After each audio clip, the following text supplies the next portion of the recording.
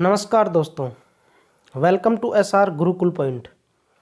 प्यारे दोस्तों, आज के इस वीडियो में हम राजस्थान हाई कोर्ट एलडीसी जो वैकेंसी आई हुई है उसके बारे में हम डिटेल में चर्चा करने वाले हैं। एक वीडियो मैंने आपको पहले ही प्रोवाइड कर दिया है, उसमें जो हाई कोर्ट एलडीसी की जो वैकेंसी है उसकी पूरा नोटिफिकेशन आपको समझा रखा है। और आज के इस वीडियो में हम बेस्ट स्ट्रेटजी प्लान कि हमें इस एलडीसी के एग्ज़ाम को क्रैक करने के लिए एक स्ट्रेटजी प्लान हम कौन सा अपनाएं, वो प्लान आपको बता रखा है। एक्सपेक्टेड कट ऑफ आपकी कितनी रह सकती है या जो सेफ अटेम्प्ट है वो आपका कितना रह सकता है।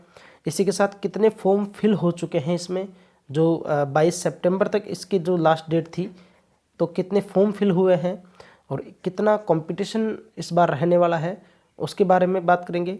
एक्सपेक्टेड एग्ज़ाम डेट यानी कि एग्ज़ाम इसकी कब तक होनी है उसके बारे में बात करेंगे। पूरे एग्ज़ाम पैटर्न को समझेंगे, यानी कि जो सिलेक्शन प्रोसीजर है उसको कंप्लीट समझेंगे कि किस तरीके से सिलेक्शन होना है। और इसी के साथ में सैलरी आपकी ज्वाइनिंग के बाद में क्या रहने वाली है, इन सभी पॉइंट पर अपन डिटेल में अपन चर्चा करने वाले हैं। तो फ्रेंड्स, बने रहिए वीडियो के अंत तक। ठीक है फ्रेंड्स, मैं लक्ष्मण आपका स्वागत करता हूं एक नए वीडियो में। तो देखिए फ्रेंड्स, वीडियो अपन शुरू करते हैं। सबसे पहले मैं बात कह देता हूं आपको कि ये जो वैकेंसी है ये पहले आपकी आई थी और फिर उसके बाद में रद्द हो गई थी। आपको पता होगा वैकेंसी रद्द हो गई थी, उसके बाद से वापस से ये रीओपन हुए हैं। इसके एक तरीके से कह सकते हैं कि जो एप्लीकेशन फॉर्म है वो वापस से रीओपन हुए हैं। तो कईयों को पता भी होगा, जिसने ये जब रद्द हुई थी उस वैकेंसी में जिसने फॉर्म लगाया था, उससे अब जो फॉर्म फिल करवाया गया है उसमें उससे फ़ीस नहीं ली गई है। जो एग्ज़ाम फ़ीस होती है वो फ़ीस नहीं ली गई है। समझ आ रही बात? ठीक है। तो मतलब क्या है कि यहाँ पर रद्द होकर वैकेंसी वापस से रीओपन हुई थी। ठीक है। और आपको पता होना चाहिए कि कितने पोस्ट हैं, 2756 पोस्ट। इतने पोस्ट पर यानी कि बड़ी वैकेंसी है, जो कि क्लर्क की अपन कह सकते हैं इसको। ठीक है, एलडीसी या इसी को अपन बोलते हैं जेजेए। ठीक है। तो इतने बड़े लेवल पे वैकेंसी आई है, उसका एक रीज़न ये भी है। तो फ्रेंड्स, ये 2756 पोस्ट पे वैकेंसी है, यानी कि थोड़ी बड़ी वैकेंसी है। तो इसीलिए जो है इसका जो एग्ज़ाम है, एग्ज़ाम डेट कब तक होनी चाहिए, ठीक है, और बाकी अपन जैसे एक्सपेक्टेड कट ऑफ है, इन सभी पॉइंट पे आगे अपन चर्चा करने वाले हैं। ठीक है फ्रेंड्स। तो देखिए फ्रेंड्स, सबसे पहले बात करते हैं अपन फॉर्म फिलअप पे, यानी कि कितने फॉर्म इसमें फिल हुए थे। देखिए फ्रेंड्स, फॉर्म फिलअप की बात करें तो तकरीबन 6,30,000 फॉर्म इसमें फिल हुए हैं। ये एग्जैक्ट डेटा है फ्रेंड्स। कोई किसी वीडियो में कोई 8 लाख, कोई 10 लाख बता रहा है, लेकिन ऐसा कुछ नहीं है। मैक्सिमम जो फॉर्म फिलअप हुए हैं वो 6.25 या 6.5 लाख, यानी कि ये जो एग्जैक्ट है ना वो तो ये है, एग्जैक्ट डेटा तो ये है। ठीक है। लेकिन अगर आप मानना चाहो तो 6.5 लाख के आसपास आप मान सकते हो। ठीक है फ्रेंड्स। आगे देखते हैं। इसमें टोटल 2756 पोस्ट हुए। 2756 पोस्ट हुए, तो इस प्रकार 228 कैंडिडेट जो हैं वो एक पोस्ट के लिए यहाँ पे लड़ने वाले हैं। ठीक है फ्रेंड्स। मतलब आपको अगर ये एग्ज़ाम क्रैक करना है तो आपको 227 कैंडिडेट को पीछे छोड़ना पड़ेगा, तभी आप ये एग्ज़ाम क्रैक कर पाएंगे। ठीक है फ्रेंड्स, आ गई बात समझ में? यानी कि एक पोस्ट पर 228 कैंडिडेट जो हैं उनका कंपटीशन है, ये आपको समझ आ गया होगा। ठीक है। आगे देखते हैं। Expected exam date.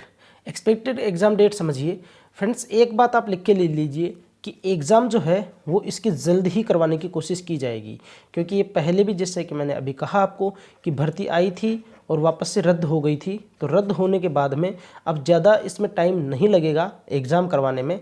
ठीक है। तो मैं आपको एक्सपेक्टेड बता दूं तो देखना फ्रेंड्स, नवंबर मंथ में आपको 100% इसका नोटिस मिल जाएगा। ठीक है, एग्ज़ाम का नोटिस मिल जाएगा, और मैं तो ये कहता हूँ कि शायद अक्टूबर लास्ट में मिल जाएगा। नवंबर तक भी मत खींचिए आप, अक्टूबर लास्ट में इसका आपको 100% नोटिस मिल जाएगा कि एग्ज़ाम कब होना है। ठीक है।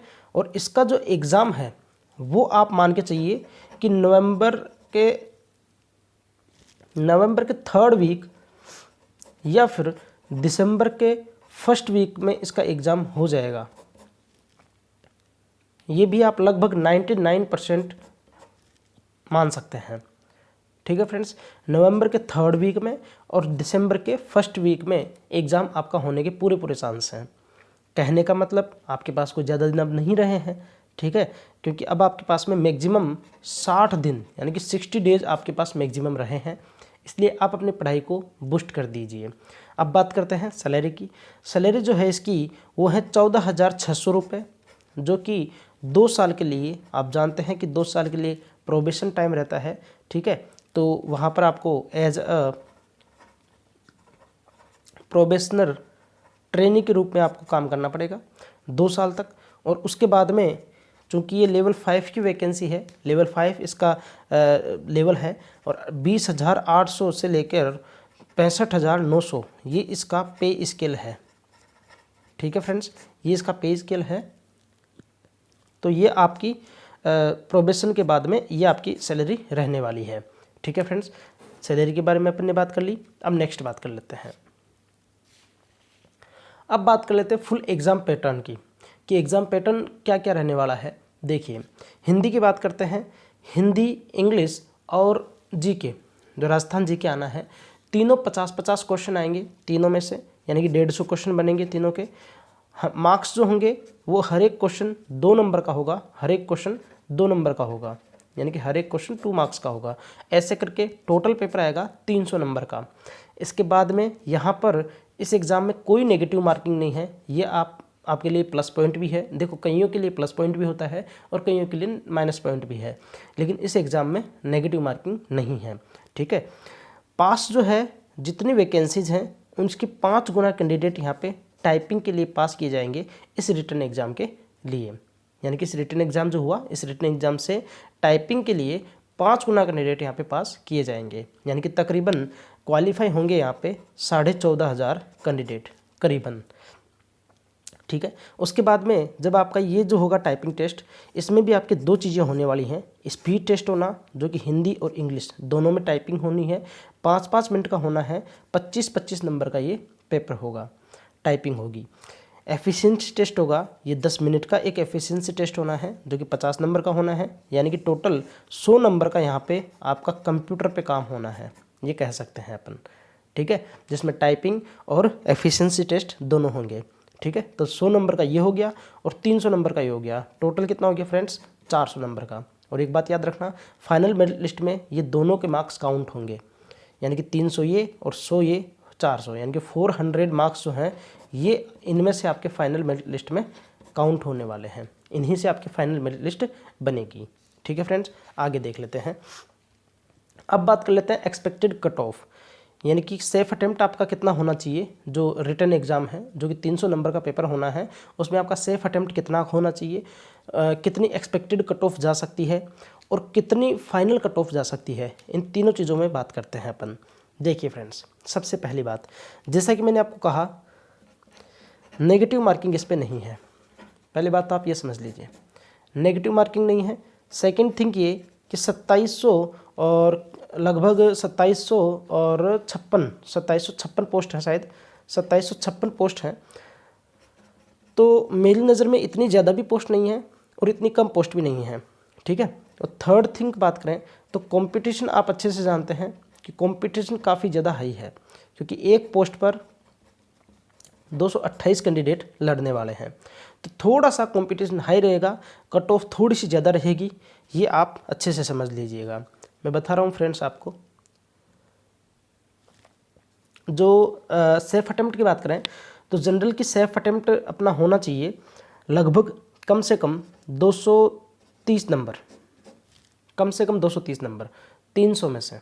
ठीक है फ्रेंड्स, ओबीसी का भी माने तो इसी के आसपास मान सकते हैं, ईडब्ल्यूएस का माने तो वो भी इसी के आसपास मान सकते हैं, 225 के आसपास। एमबीसी की बात करें तो एमबीसी भी इसी के आसपास मान सकते हैं, 225। एससी की बात करें तो 220 के आसपास मान सकते हैं, और एसटी की बात करें तो 210 के आसपास मान सकते हैं। ये है आपका सेफ अटेम्प्ट काय के लिए, रिटन टेस्ट में। जो रिटन टेस्ट होगा उसके लिए सेफ अटेम्प्ट है, यानी कि जो 5 गुना जो कैंडिडेट हैं, 5 गुना कैंडिडेट जो कि बुलाए जाएंगे काहे के लिए, टाइपिंग के लिए, तो उनके लिए ये कट ऑफ रहने वाली है। ठीक है फ्रेंड्स, अब आप ये ना समझें कि अगर इतने मार्क्स अपने आते हैं तो अपना फाइनल सिलेक्शन होने के चांसेस रहेंगे, ऐसा कुछ नहीं है, क्योंकि आप कम से कम जो फाइनल मेरिट लिस्ट रहेगी उसमें कम से कम आप यहाँ पे मार्क्स जोड़ लीजिएगा 100, कम से कम। ये मैं कम से कम बता रहा हूँ फ्रेंड्स, सब में कम से कम। ठीक है, यानी कि कितना रहने की उम्मीद है तो वो आप समझिए फाइनल मेरिट लिस्ट। यानी कि अगर जनरल में 340 नंबर आते हैं तभी उसका सिलेक्शन थोड़ा सा पॉसिबल हो सकता है। ये मिनिमम है फ्रेंड्स, आप इस चीज़ को मैं पहले बार बार बोल रहा हूँ कि ये मिनिमम है। ठीक है, 340 नंबर तो आपको लाने ही पड़ेंगे। ठीक है, ओबीसी की बात करें, इसमें भी आप कम से कम 335 के आसपास मानो, या इसको भी मैं 340 के आसपास ही कह सकता हूँ, और यहाँ पर अगर मैं 345 भी कह देता हूँ तो भी गलत नहीं होगा। फिर इसके बाद बात करूँ ईडब्ल्यूएस की, तो ईडब्ल्यूएस में भी कम से कम 340 या फिर 335 नंबर। एमबीसी की बात करें तो यहाँ पर भी 335 नंबर कहना गलत नहीं होगा। एससी की बात करें तो यहाँ पर कम से कम आपको 320 नंबर चाहिए होंगे, और एसटी की कम से कम 310 नंबर। ये आपका फाइनल सिलेक्शन के लिए इतनी कट ऑफ कम से कम रहेगी। ठीक है फ्रेंड्स, क्यों? क्योंकि नेगेटिव मार्किंग यहाँ पे नहीं है। अब नेगेटिव मार्किंग नहीं है तो कट ऑफ जो है वो बढ़ने के पूरे चांस हैं। ठीक है फ्रेंड्स, अब आगे बात करते हैं। तो आपको जो टारगेट है वो आपको टारगेट रखना है हर किसी बच्चे को 250। ये आपका मिनिमम टारगेट होना चाहिए मेरे हिसाब से, ये आपका मिनिमम टारगेट होना चाहिए। यानी कि 250 मार्क्स आप लेके चलिए रिटन टेस्ट में, 250 नंबर का टारगेट रिटन टेस्ट में, तभी आप फाइनल जो मेरिट लिस्ट है उसमें 350 के आसपास रह सकते हैं। और 350 के अगर आसपास रहते हैं आप, तो जनरल में आपका सिलेक्शन होने के 99.9% चांस हैं। ये आप ध्यान रखना। ठीक है फ्रेंड्स, अगर वहाँ पे 100% भी कह दें तो भी गलत नहीं होगा, क्योंकि 350 मार्क्स खूब होते हैं, एनएफ है। ठीक है फ्रेंड्स, आगे देखते हैं। अब बात कर लेते हैं बेस्ट स्ट्रेटजी प्लान की, कि अपना प्लान क्या होना चाहिए। तो देखिए फ्रेंड्स, अच्छे से समझिए। देखिए, बात करता हूँ मैं रिटन टेस्ट की। देखिए, बात करता हूँ मैं रिटन टेस्ट की। जैसा कि मैंने आपको कहा कि एग्ज़ाम जो हो जाएगा वो नवंबर के 3rd वीक के आसपास, लेकिन मैं मान रहा हूँ उसको 15 नवंबर के आसपास। ठीक है, 15 नवंबर के आसपास मान रहा हूँ, मतलब ज़्यादा नहीं मान रहा। तो कितने दिन रह गए? अक्टूबर पूरा रह गया आपके पास में, और 15 नवंबर, यानी कि मेरे पास में 45 डेज रह गए रिटन टेस्ट को क्रैक करने के लिए। ये मैं मान सकता हूँ। अब ऐसा नहीं है कि अगर फर्स्ट वीक में होता है दिसंबर में तो आप कमेंट करें कि सर आप तो झूठ बताते हो हैं, क्योंकि 15 नवंबर का हुआ ही नहीं एग्ज़ाम, फर्स्ट वीक दिसंबर में होगा। तो फ्रेंड्स ऐसा थोड़ी ना है, आपको तैयारी करनी है ना। आपको अगर एक्स्ट्रा टाइम मिल गया तो कोई पाप तो हुआ नहीं। ठीक है, तो कम से कम 45 दिन तो आपके पास में है। ये आपको एक प्लान बना के चलना है। ठीक है फ्रेंड्स, ऐसा नहीं है कि ऐसे ही हम मतलब ऐसे ही बिना स्ट्रेटजी के अगर अपन स्टडी करते हैं तो वो एग्ज़ाम उसमें क्रैक होने में थोड़ी समस्याएं आती हैं।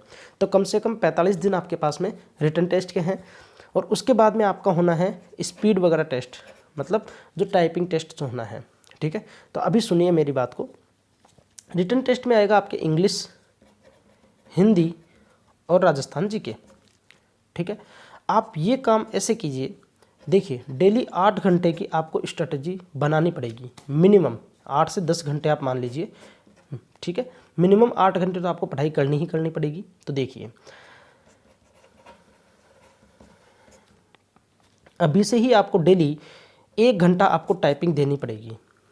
ठीक है, अभी से ही आप डेली 1 घंटा टाइपिंग में देने लग जाइएगा, ताकि टाइपिंग भी बहुत कंपलसरी है यहाँ पे। ये कह सकते हैं कि टाइपिंग भी बहुत ज़्यादा इम्पोर्टेंट है। अगर टाइपिंग में रह गए तो नंबर अपने कम बनेंगे। ठीक है, तो टाइपिंग को भी आप थोड़ा सा अभी से ले सकते हो कि 30 मिनट तो आप इंग्लिश की टाइपिंग कर सकते हो, और 30 मिनट ही आप हिंदी की टाइपिंग कर सकते हो। क्योंकि देखो फ्रेंड्स, इंग्लिश की टाइपिंग हो जाएगी, लेकिन हिंदी की टाइपिंग थोड़ी सी मुश्किल होती है, तो वहाँ पे फिर आपको टाइम लगने वाला है अच्छा खासा। ठीक है, दूसरी चीज़, इंग्लिश को आप जो है वो डेली बेसिस पे कम से कम 2 घंटे आप डेली दीजिए। डेली बेसिस पे इंग्लिश में आपको कम से कम 2 घंटे देने हैं डेली। हिंदी में आपको कम से कम आपको 1 घंटा देना है, ये डेली देना है आपको। ठीक है फ्रेंड्स, हिंदी में डेली आपको 1 घंटा देना है। ठीक है, और जीके में जो है वो आपको डेली 3 घंटे देने हैं। डेली आपको जीके में 3 घंटे देने हैं। कितने घंटे हो गए? तो 3 4 5 2 7 घंटे हो गए। बाकी कितने बच गए? 2 से 3 घंटे। और इसमें आपको क्या करना है? इसमें आपको करना है फ्रेंड्स, डेली के डेली आप कोई ना कोई एक मॉक टेस्ट ले लीजिएगा, मॉक टेस्ट सीरीज ले लीजिएगा, चाहे आप वो ऑनलाइन ले लीजिएगा, चाहे वो ऑफलाइन ले लीजिएगा। डेली आपको एक टेस्ट लगाना है, डेली आपको एक टेस्ट लगाना है, और वहाँ से जो भी क्वेश्चन बचते हैं, क्योंकि इसी जीके के साथ में करंट अफेयर भी है, तो वो तो पढ़ना ही है डेली। ठीक है, तो वहाँ से जो भी क्वेश्चन, अच्छे अच्छे क्वेश्चन आपको बनते हैं, तो उनको एक अलग से आप नोट कर लीजिए, या फिर अगर आप ऑनलाइन देते हैं तो स्क्रीनशॉट रख के लेके और रख लीजिएगा मोबाइल में, और उनको भी आप डेली बेसिस पे पढ़िए। ठीक है फ्रेंड्स, ये अपनी स्ट्रेटजी रहने वाली है। अगर थोड़े से वीक हो, जैसे इंग्लिश में वीक हो, या इन तीनों में से कोई भी सब्जेक्ट में वीक हो, जो आपकी सब्जेक्ट ठीक है तो उसमें आप 1 घंटा दे दीजिएगा। थोड़ी सी अगर कमज़ोर आपकी सब्जेक्ट है तो वहाँ पे थोड़ा सा आप टाइम बढ़ा दीजिएगा। यहाँ पे आप 4 घंटे भी कर दो तो कोई दिक्कत नहीं है। ठीक है फ्रेंड्स, क्योंकि जीके थोड़ा सा अथाह है इस वजह से, और टाइपिंग भी आप साथ के साथ स्टार्ट कर दीजिएगा। तो ये अपना स्ट्रेटजी प्लान रहने वाला है। टाइम आपके पास ज़्यादा नहीं है आपके पास में टाइम, क्योंकि नवंबर 3rd वीक में आपके एग्ज़ाम होने के पूरे चांस हैं। ठीक है, आपको जल्द ही, यानी कि करीब 20 अक्टूबर तक आपको, 20 या 25 अक्टूबर तक आपको ये है कि एग्ज़ाम की नोटिस आपको मिलने के पूरे चांस हैं। ठीक है फ्रेंड्स, तो ज़्यादा टाइम नहीं है, बात को थोड़ा सीरियस लेना। अगर आपको इन 2756 पोस्ट में अगर आपको एक पोस्ट चाहिए तो आपको ये स्ट्रेटजी प्लान बनाना ही पड़ेगा। ठीक है, आपको इंग्लिश, हिंदी और जीके इन तीनों को ही बराबर वेटेज देना पड़ेगा। ऐसा नहीं है कि हम इन तीनों में से किसी एक को छोड़ दें। ठीक है, आप ऑफलाइन भी ले सकते हैं टेस्ट सीरीज जो है, और ऑनलाइन भी ले सकते हैं, आप दोनों प्रेफर कर सकते हैं। ठीक है, ये अपना स्ट्रेटजी प्लान है, ये अपना वीडियो होता है फ्रेंड्स। अगर आप चैनल पे नए हो तो ज़रूर आप चैनल को सब्सक्राइब करें, वीडियो को लाइक करें, और अगर कोई भी आपको प्रॉब्लम हो या कोई क्वेरी हो तो आप कमेंट सेक्शन में कमेंट कर सकते हैं। ठीक है फ्रेंड्स, और कोई भी आपके लिए कोई क्वेरी हो, आपको नेक्स्ट वीडियो किस टॉपिक पे चाहिए, इन सभी बातों के लिए आप कमेंट कर सकते हैं। ठीक है फ्रेंड्स, खुश रहें, पढ़ते रहें, स्वस्थ रहें। तब तक के लिए जय हिंद।